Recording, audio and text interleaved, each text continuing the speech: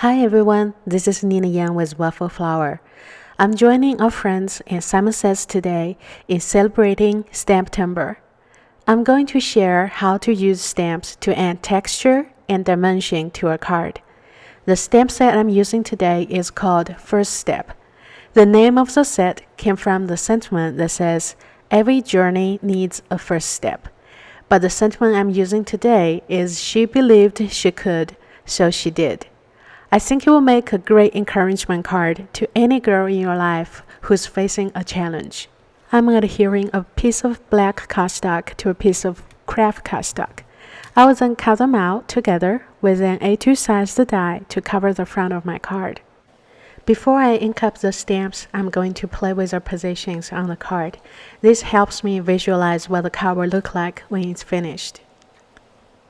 I usually try to arrange the pieces in a loose triangle shape, which is said to be the most pleasing to the eyes. I've also found it helpful to leave small gaps in between the stamps. This helps to give your eyes a break so they can focus, right? I'm going for a classy black and white look, but to jazz it up a little, I'm using vellum and glitter paper. StazOn is my favorite ink for stamping on specialty papers.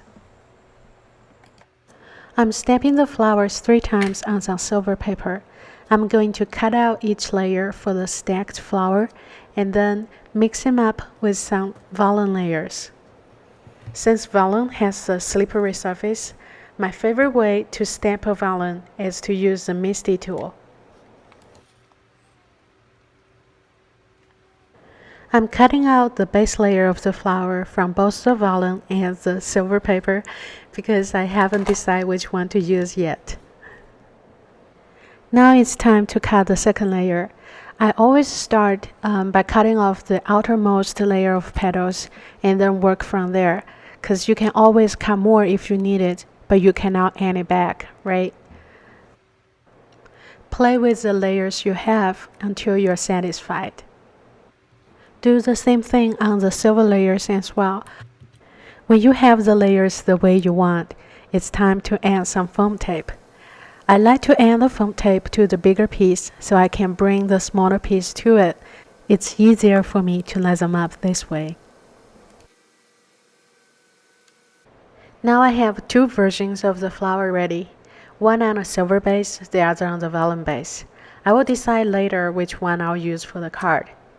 I decide to use silver for the tassel, black for the bow base, and vellum for the jewels. For added dimension, I bend the silver layer of the bow back and forth a few times and then add a piece of foam dot to each end so they can stay up. Tuck it behind the flower. At this point, I've already decided I'll use the vellum-based flower on this card.